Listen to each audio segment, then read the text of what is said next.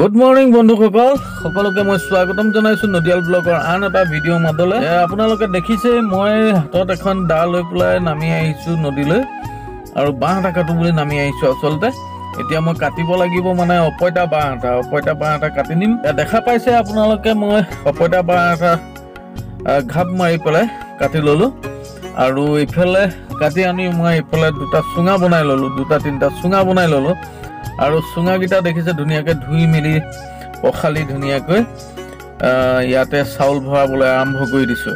মানে এইখিনি হৈ গ'ল বৰা চাউল। আজি ৰাতিপুৱা প্ৰায় 2 ঘণ্টা আগত মই তিয়াই থোৱা আছিলে, মানে মানুহজনীয়ে তিয়াই থৈছিলে। তাৰপিছত ভাবিলোঁ বহুত দিন হৈ গ'ল চুঙা পিঠা খোৱা নাই। আমাৰ অসমত চুঙা পিঠাটোক আচলতে কিছুমানে চুঙা পিঠা বুলি কয়, কিছুমানে চুঙা চাউল বুলি কয়। মানে যেনেকৈ যিটো চাউল অকল চাউল দি পেলাই চুঙাত ভৰাই পেলাই বনাই খোৱা হয় সেইটোক চুঙা চাউল, আৰু কিছুমান লোকে পিঠাগুড়ি বনাই তাতে গুড় তিল এনেকৈ ধৰণে দি পেলাই বনাই, সেইটোক কয় চুঙা পিঠা। গতিকে মই এতিয়া চুঙা চাউল বনাইছোঁ দেই।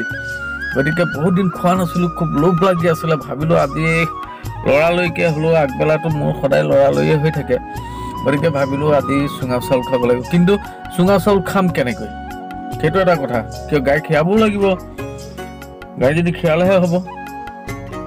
আৰু এইফালে বাৰু যি নহওক গাই খীৰামগৈ, আৰু এইফালে চুঙাত চাউল তাউলখিনি ভৰাই ল'লোঁ আৰু প্লাছ আমাৰ সেই দানা বনোৱা চৌকাটো দেখিছেই, আগতে মই ভিডিঅ'ত দেখুৱাইছিলোঁ। এই চৌকাটোতে চুঙাটো বহাই দিলোঁ। মানে মই ভাবিছিলোঁ আধা কিলো চাউলৰ কাৰণে 2-3টা চুঙা লাগিব, সেইবুলি মই 3টামান কাটিছিলোঁ দেই। কিন্তু এটা চুঙাতে ফ্লাপ হৈ গ'ল কিন্তু। গতিকে মই ইয়াতে চুঙাটো ভৰাই আৰু ইয়াৰ ওপৰতে খেৰবিলাক দি দিলোঁ, জুইটো জ্বলাই দিলোঁ। জ্বলাই দি পেলাই মই এতিয়া ভাবিলোঁ এইফালে চাওক, মই ভাবিছোঁ গাখীৰকণ খীৰাই লওঁ। গতিকে ঘৰৰে গৰু, ঘৰৰে গাখীৰ, লোকেল গাখীৰ।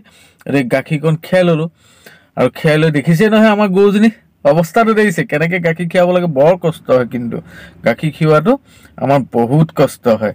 একেবাৰে যি জাপ মাৰে ভয়ে লাগে। আচলতে তাই জঁপিওৱাৰ কাৰণটো হৈছে তাই নতুন গৰু ন, নতুন কাৰণে তাই মানে অলপ অসুবিধা কৰে আৰু আগতকৈ বহুত কমিলে, আগতকৈ বহুত কমি গ'ল।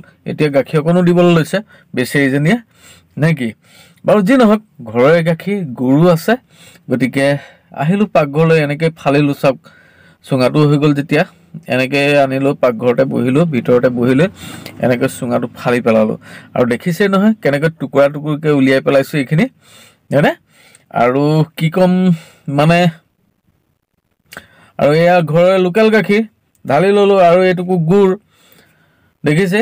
গুড়ো কিন্তু ঘৰৰে গুড় দেই, কিন্তু আমাৰ ঘৰত কৰা নহয়। আমাৰ সম্বন্ধীয় এজনে দি পঠিয়াইছিলে ইয়াৰ, তেওঁলোকে গুড় পেৰিছিলে, সেয়া গুড়ে। আৰু মই এতিয়া তেনেহ'লে খাবলৈ বহোঁ ন কি।